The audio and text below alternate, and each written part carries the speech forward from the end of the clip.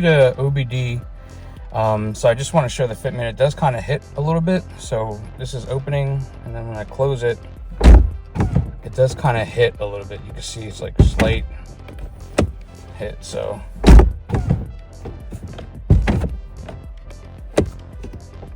can see that.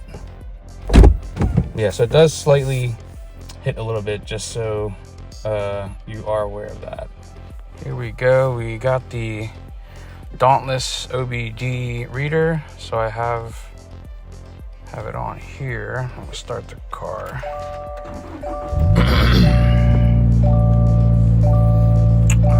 Okay, let's launch this.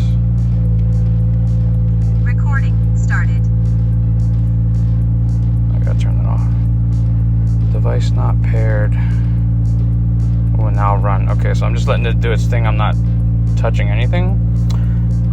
Plug over dash. Start the engine, which is started. So we're gonna hit next. Hold the Dauntless OBD button for 3 seconds until the green light starts flashing. All right, so now it's blinking fast. Hit next. Allow.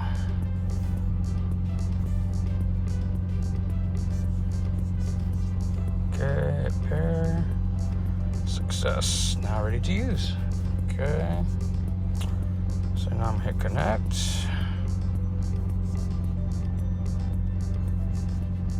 Okay, we got some voltage. Vehicle options.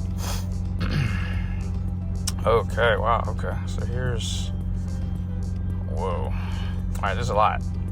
So the main thing that I wanted is the EyeSight option to disable that. That's the main thing I got this for. So let's see, auto door locking, auto door unlocking. So auto lock, let's just try that. Auto lock is on. Auto unlock, I guess we could do engine off. That's good. And let's see.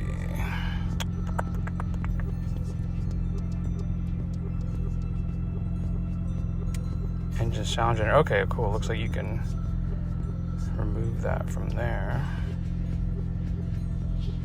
Oh wow, you could disable daytime running lights. That's pretty cool. Which one turns off EyeSight? Combo meter. So let me see if I do this.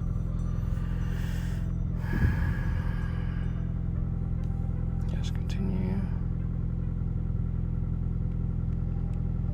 Okay. So I'm not sure if that does it, but we shall see. That's the only options I see currently. So we'll go back and test it out. All right, so here we are. So I did, I set the settings on the OBD, so I'm gonna drive it. I did unplug it to see if the changes still take effect. So I think they said you can leave it plugged in because it is a low draw, but if I don't have to have it plugged in, I'm not gonna leave it plugged in unless you wanna, monitor live data. So I'm gonna start the car up. And the way it's set right now, so the two things I have set is the EyeSight is disabled, and then also I have the auto lock system set. So we're gonna drive. So basically, once it hits 10 miles an hour, the doors will lock automatically. Then I have it set to when I turn it off, they will unlock on its own as well.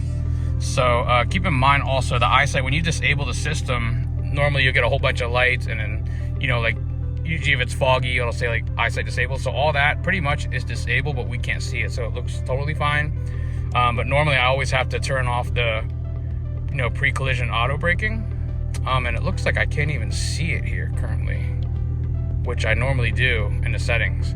So it looks like it is completely like, it's just not even on here. So that's cool. All right, so let's go ahead and go for a drive so you can see the auto lock in action.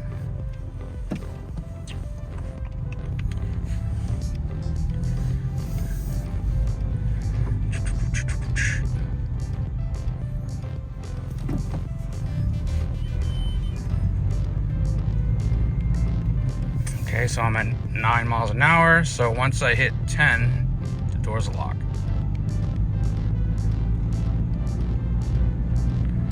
Oh no, it didn't lock. Okay.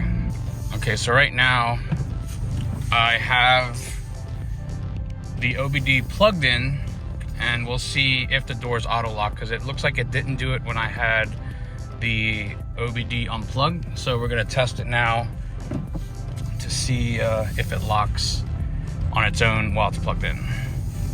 So once it hits 10, it should automatically lock. So here we go. Yep, there you go. So it looks like the OBD has to stay plugged in if you want the auto lock feature to work. I may contact Dauntless just to confirm if that's true or not. But in the meantime, at least we tested it now and see that. But I'm gonna go ahead and just park and just show you the locking part when the engine is off. Okay, so now putting in park and then turning it off. And now it's unlocked. So that was pretty much the functions of the auto lock and lock functions. So you can see that in action. So now we're going to say, you're going on a long road trip, or for some reason you just want to, you're about to go on a road trip last minute.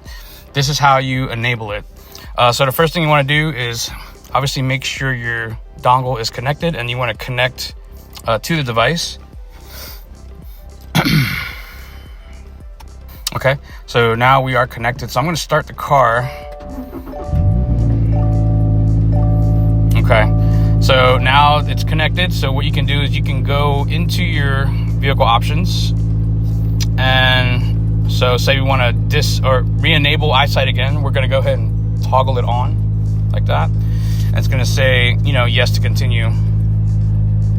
And as you notice, you can see all the lights light up right now, and EyeSight, everything is disabled. And at this point you can't do anything. Normally on this screen right here you can go and turn off the pre-collision braking, but all of it's disabled. That's because, well, EyeSight was disabled and now re-enabled.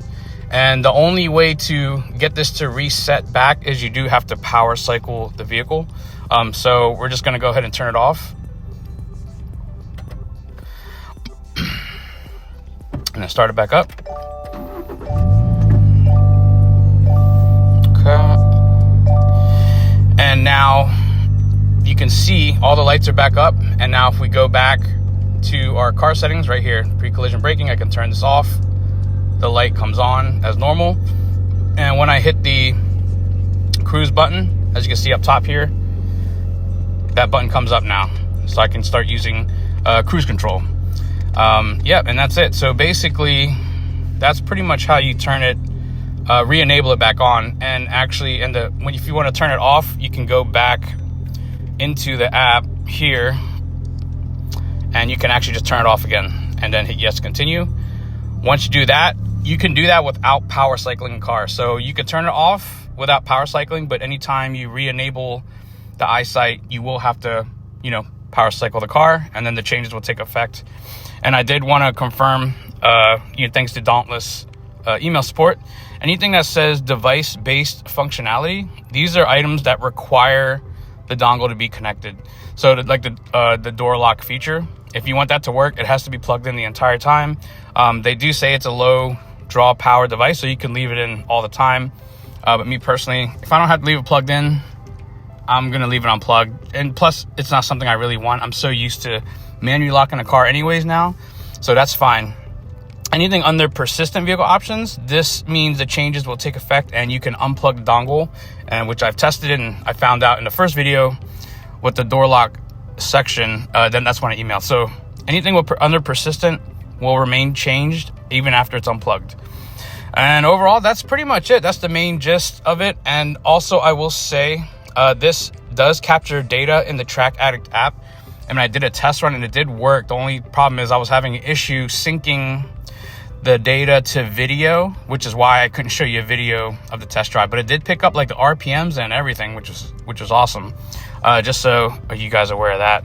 But other than that, that is pretty much it. So hope you guys enjoyed this overview, and I think it's a great product, especially if you guys, you know, don't want, you're tired of disabling that pre-collision braking all the time like I was. I was so used to it, but it was annoying to have the lights on. But since most of my commute is all in town, short commutes, I can leave it off. And if I know I'm going to go on a longer road trip, I just go ahead and, you know, enable it, deal with the lights for that period of time, and then when I'm back to my normal routine, turn it back off and then continue on your day.